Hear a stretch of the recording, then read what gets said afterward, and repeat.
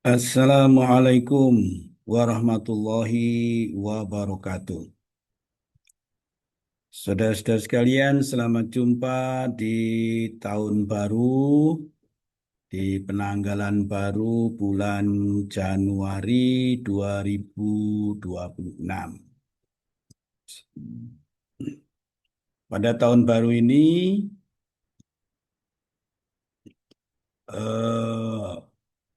kuliah DPT kita akan laksanakan secara daring asinkroni untuk pertemuan yang ke-12 dengan materi pertemuan teknik pengendalian biologis dan kultur teknis. Baik, saudara sekalian, eh, materi ini akan saya unggah di kanal YouTube saya. Nanti linknya saya bagikan di WAG. Bisa kalian pelajari setiap saat. Baik, saudara sekalian, sebagaimana materi minggu yang lalu, kita sudah mendiskusikan tentang teknik-teknik pengendalian organisme pengganggu tanaman. Kali ini kita akan membahas tentang teknik pengendalian biologis dan kultur teknis. Nah, di sini bisa kalian lihat di layar bagian kanan ada bagaimana teknik budidaya menggunakan baris-baris yang tertata, kemudian ada yang ditumpang sarikan itu jagung dengan apa ini ya,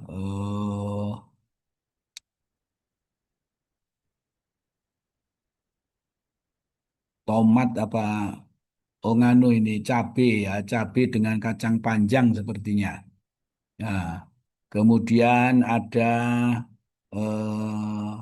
teknik-teknik budidaya yang lain ini yang menggambarkan di layar bagian kanan. Kemudian di layar bagian kiri, bagian bawah itu ada parasit, ada predator, parasitoid, kemudian patogen. Ini adalah eh, sumber daya yang ada di alam yang bisa direkayasa dimanfaatkan sebagai teknik pengendalian organisme pengganggu tanaman. Baik, kita akan diskusikan satu demi satu.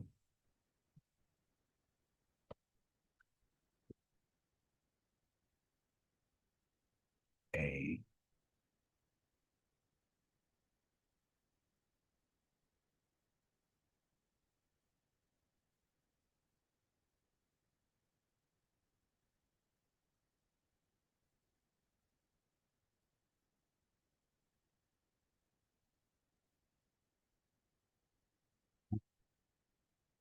Eh, Mengapa perlu pengendalian yang menggunakan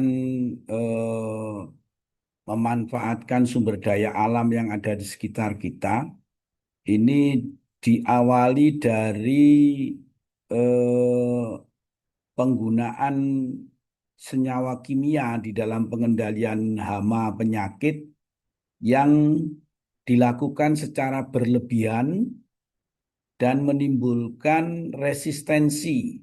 Nah, resistensi itu hama ataupun penyakit yang semula ada dikendalikan dengan senyawa kimia, tetapi tidak makin hilang hama penyakitnya, tapi makin tahan, sehingga menuntut dosis yang digunakan semakin lama semakin ditingkatkan. Nah, akibatnya secara sedikit demi sedikit terjadi pencemaran lingkungan dan menyebabkan gangguan pada kesehatan baik hewan ternak, hewan-hewan yang lain maupun bagi kesehatan manusia. Nah, ini puncaknya pada kasus Silent Spring ya, yang ditulis oleh salah seorang ilmuwan dari Amerika yang mengamati bagaimana burung busanya berdatangan di musim semi. Ya, suatu ketika tidak banyak lagi burung yang datang ke situ. Ya, setelah ditelusuri ternyata banyak burung-burung grip ya, burung grip itu burung pelikan, burung yang pemakan ikan yang biasanya kalau pada musim semi, musim kawin itu mereka pada berdatangan ke danau, salah satu danau di Ontario, Amerika eh, Amerika Utara ya, Amerika Utara di situ. Nah, biasanya mereka berdatangan kok tidak ada lagi kicauan-kicauan yang ramai itu. Ya, ada datang tapi tidak seramai biasanya. Nah, setelah diselidiki, setelah diamati, diteliti, ternyata banyak burung-burung yang mati dan matinya itu karena sayapnya cacat. Nah, ini yang apa rasa ingin tahu dari seorang peneliti itu bisa kita ambil pelajaran darinya. Setelah diketemukan banyak burung-burung yang sayapnya cacat, ini kemudian eh, diteliti kenapa, apa yang menyebabkan sayap burung itu cacat. Nah, setelah ditelusur, telusur, ternyata burung itu sayapnya cacat karena makanannya, ikan yang dimakannya itu mengandung senyawa kimia beracun yang menyebabkan telurnya itu embrio yang ada di dalam telur yang mau menetas itu kesehatannya terganggu yang menyebabkan cacat bawaan ketika menetas sayapnya tidak berkembang sempurna. Nah, ini juga kalau kita analogikan kepada manusia, ya banyak bayi-bayi lahir yang kemudian abnormal, baik secara psikis ya, psikologis maupun secara morfologis ya, ada mungkin tangannya yang menjadi tidak lengkap atau makan bahkan lebih banyak jari-jarinya dan seterusnya. Ya, bayi-bayi lahir cacat, lahir prematur, kemudian autis. Nah, ini bisa jadi makanan yang kita konsumsi itu banyak yang sudah tercemar, baik tercemar oleh pestisida maupun tercemar oleh senyawa-senyawa kimia yang lain yang terikut di dalam makanan kita. Nah, ini menjadi proses kehati-hatian. Nah, terkait dengan pestisida tadi, nah ini gambar pesawat terbang yang sedang menaburkan pestisida itu menjadi contoh bahwa sedemikian masif pada saat itu penggunaan pestisida. Nah, kemudian ada kesadaran bahwa pemakaian pestisida harus dikurangi. Ya, tidak mungkin di stop, ya, tapi harus dikurangi agar tidak menimbulkan bahaya bagi lingkungan maupun kesehatan manusia. Nah, kemudian dikembangkanlah pengendalian-pengendalian organisme pengganggu tanaman itu dengan memanfaatkan sumber daya yang ada di sekitar kita, yang ada di sekitar lahan pertanian. Nah, di antaranya dengan cara biologis, dan cara kultur teknis. Nah, pengendalian biologis adalah pemanfaatan musuh alami. Jadi di alam itu ada mekanisme rantai makan gitu ya, antara makan memakan, mangsa memangsa. Itu secara alami ada aturannya, ada hukum alamnya. Ya pelajari ya itu apa eh, populasi organisme itu dikendalikan secara alamiah. Ya, ada predatornya, pemangsanya, ada parasitnya yang menggerogoti dari dalam, ada patogen, ada penyakitnya juga. Ya, seperti hewan ataupun manusia, ya, serangga ataupun eh, penyakit itu juga apa bisa terkena penyakit, bisa diinfeksi oleh patogen dan dia menjadi sakit. Ya, musuh alami, sebagaimana tadi kita perkenalkan, eh, terdiri dari predator, parasit, parasitoid, dan patogen. Nah, ini predator, ini seperti ini kumbang macan atau kumbang koksi, koksinella. Nah, ini dia memangsa apit, kutu-kutu daun. Ya. Ini hama yang dimangsa oleh predator kumbang macan ini. Warnanya oranye, kemudian ada totol-totol hitamnya di dalam punggung si kumbang ini.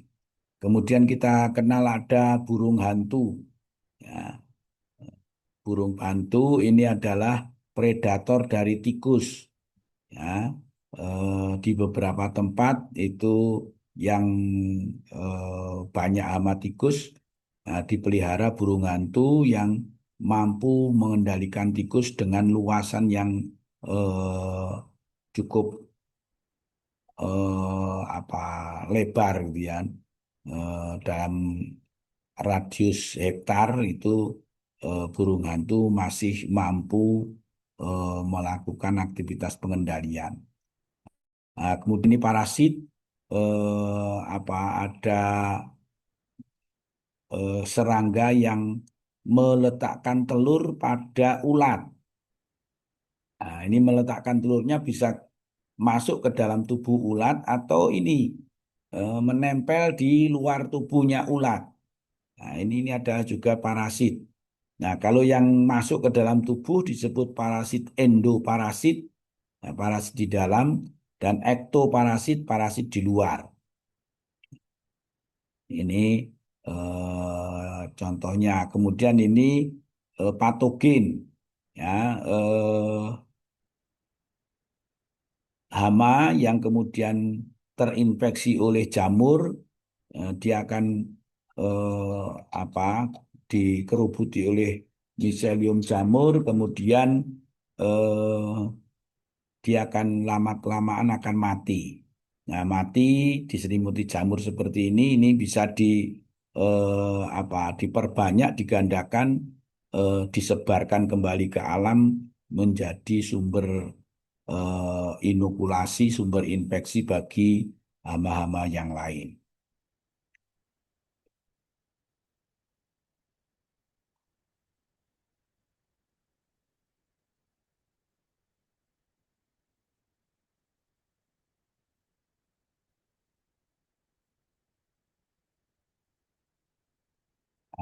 Kalau ini tadi predatornya ya, predator tadi salah satu contohnya ini kumbang koksi yang di paling bawah ini. Nah, kemudian ada walang kekek, walang kadung, ya, belalang sembah ini juga predator, laba-laba, ya banyak macamnya laba-laba yang ada di lahan kita. Ini menjadi predator juga. Kemudian capung, ya, di lahan-lahan yang masih tidak terlalu tercemar itu capung masih banyak kita jumpai. Tapi kalau lahannya sudah banyak apa eksploitasi itu banyak juga predator-predator yang kemudian mati. Nah, ini tomcat. Ini tomcat ini juga predator. Tapi hati-hati juga ini kalau eh, terkena pada tubuh dia akan mengeluarkan cairan yang eh, apa asam kuat sehingga eh, bisa ke kulit itu menjadi panas seperti terbakar. Ya, kemudian ada ular, ada burung dan sebagainya yang memangsa hama. Ini predator. Kalau predator itu organisme yang memangsa organisme yang lain yang lebih kecil. Nah, jadi biasanya predator itu ukurannya lebih besar dibanding pada mangsanya. Nah, ini berikutnya adalah parasit atau parasitoid. Nah, ini ada parasit telur. Jadi serangga meletakkan telurnya di dalam telur. Nah, sehingga nanti ketika telur serangga ini menetas, dia akan mengkonsumsi telur yang ada di eh, yang ditempatinya. Ya, kemudian ini endoparasit ya, jadi memasukkan telur ke dalam tubuh, kemudian berkembang di dalam tubuh hama itu. Nah, setelah dewasa dia akan eh, apa melubangi inangnya dan keluar menjadi individu baru. Nah, yang atas ini eh, terinfeksi oleh nematoda. Ya, jadi ada cacing yang sakit karena di dalam tubuhnya banyak cacing, ya, cacingan ini serangganya. Nah, ketika mati, maka cacing-cacingnya menyebar keluar dan menjadi sumber infeksi baru. Ini tadi seperti yang tadi ektoparasit, ya, parasit telur yang diletakkan di luar tubuh ulat atau serangga hama. Nah, berikutnya adalah patogen. Patogen itu jamur ataupun bakteri ataupun virus yang bisa menyebabkan hama menjadi sakit. Ya, untuk jamur ada Beauveria, Bassiana, ada Metarhizium anisoplie. Ini dari jenis jamur. Kemudian dari jenis bakteri ada Bacillus thuringiensis yang menyebabkan eh, apa larva yang terinfeksi oleh Bacillus itu dia akan sakit kemudian bengkak ya jadi kelihatan gemuk begitu memutih kemudian kalau pecah itu mengeluarkan cairan seperti susu. Nah, ini ciri kalau serangga itu sakit karena terinfeksi oleh bakteri. Nah, ini kalau eh, apa Beauveria, Bassiana itu cirinya miseliumnya warnanya putih.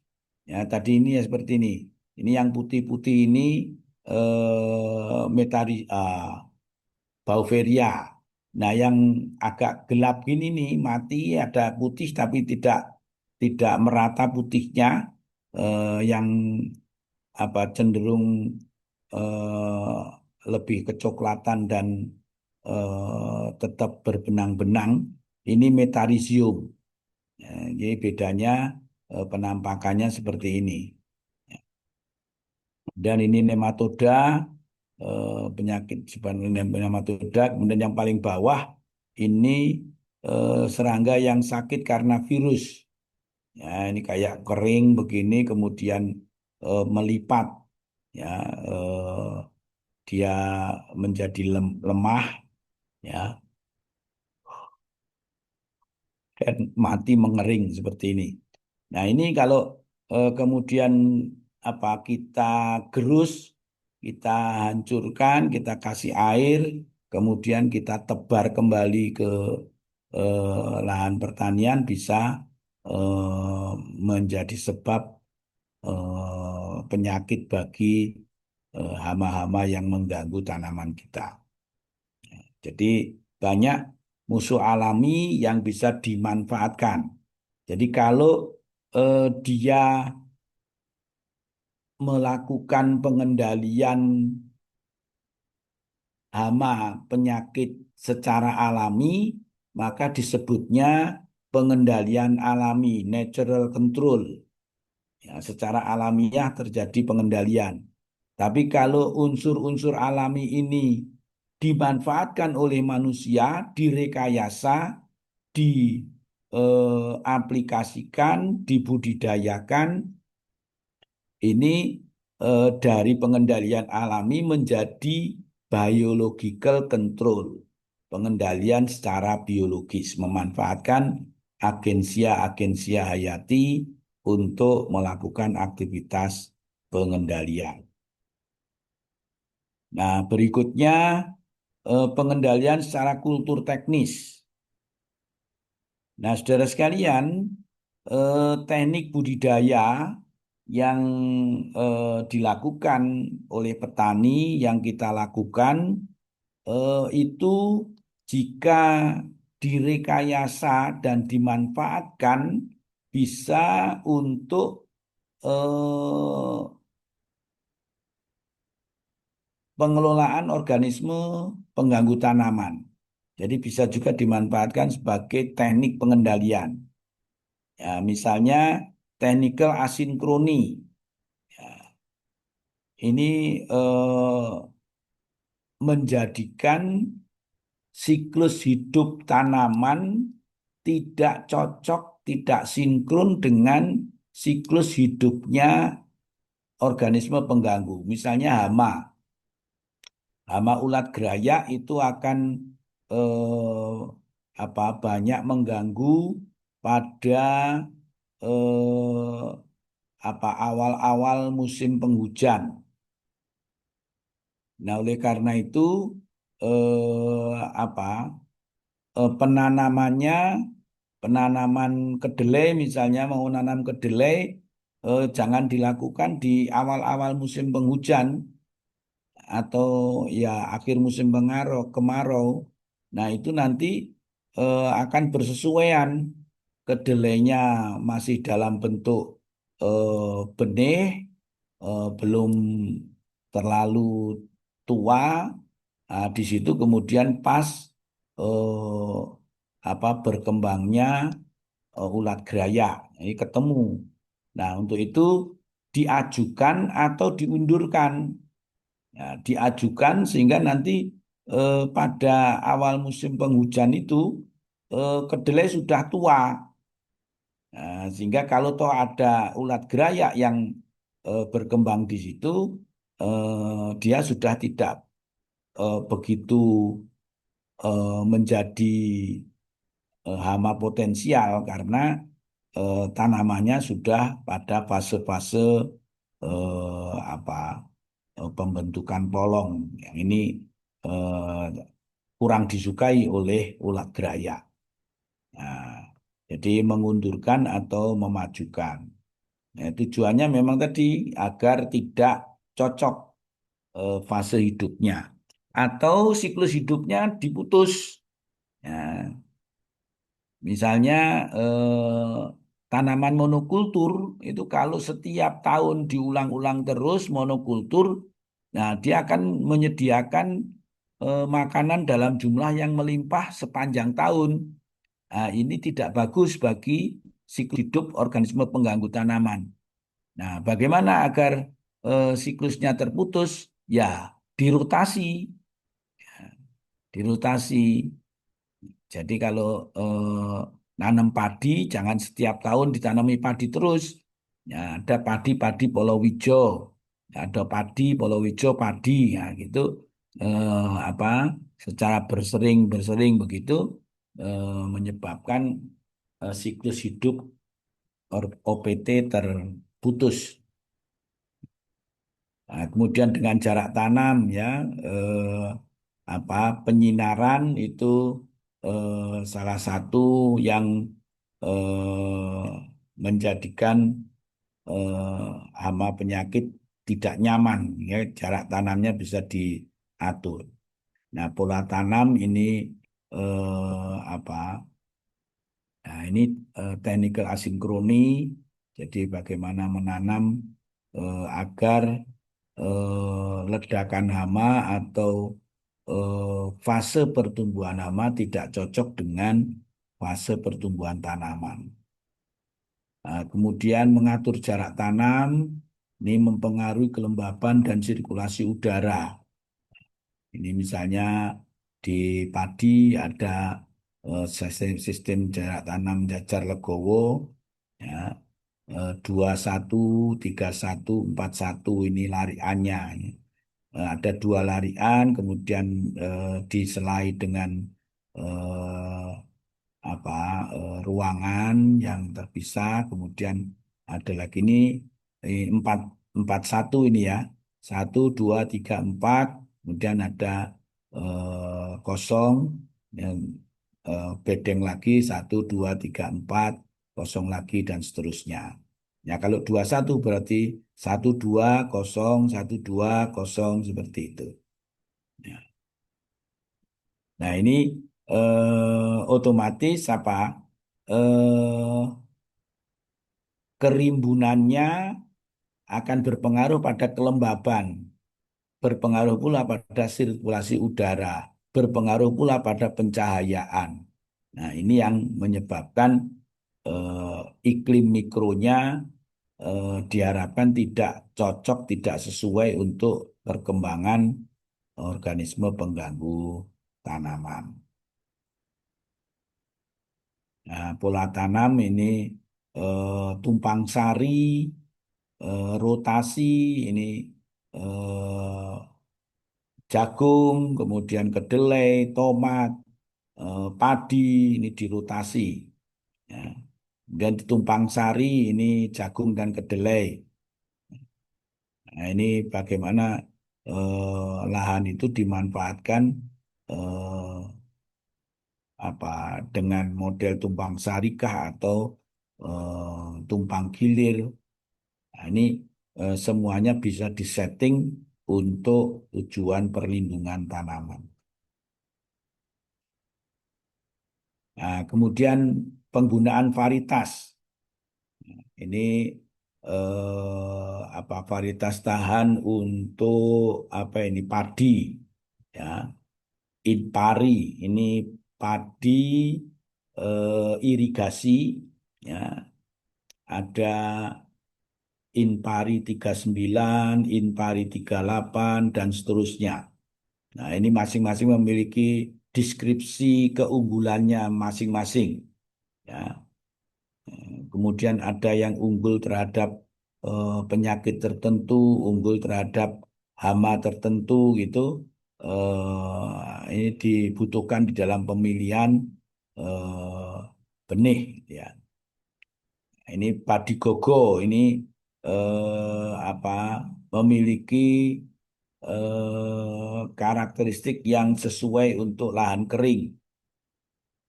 Ini apa penelitian di Indonesia sudah relatif maju untuk apa benih-benih seperti ini. Kemudian kedelainya juga begitu, ada dering 1, dering 2, dering 3. Nah, ini karakteristiknya juga macam-macam. Jagung juga begitu. Ada jagung dengan warnanya macam-macam.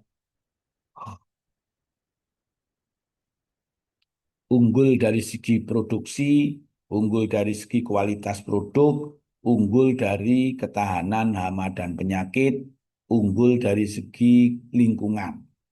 Nah, ini biasanya memang jarang sekali ada unggul segala-galanya, enggak. Nah, tapi ada unggul pada karakter tertentu.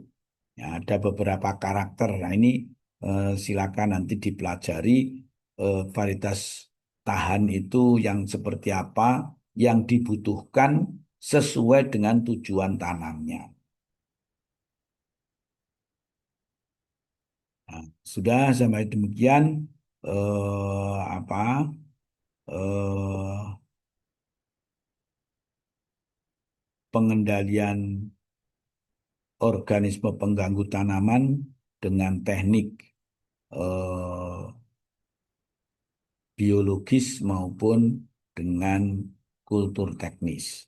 Nah, silakan dipelajari dan ini adalah eh, sekedar trigger, sekedar pemantik. Nah, saya sarankan kalian mengembangkannya dengan sumber-sumber informasi yang lain. Silakan baca literatur-literatur yang terkait dengan teknik pengendalian organisme pengganggu tanaman, plant management, pest management, ya, itu hama penyakit tanaman dan seterusnya. Itu silakan dipelajari eh, terkhusus pada teknik pengendaliannya. Ini adalah sekedar treasure saja sebagai pembuka wawasan saudara yang saudara bisa kembang luaskan dengan sumber informasi yang kalian bisa eksplor lebih jauh lagi. Baik, sekian kurang lebih wa'afu minkum. Wallahul muwafiq ila aqwamit thoriq. Assalamualaikum warahmatullahi wabarakatuh.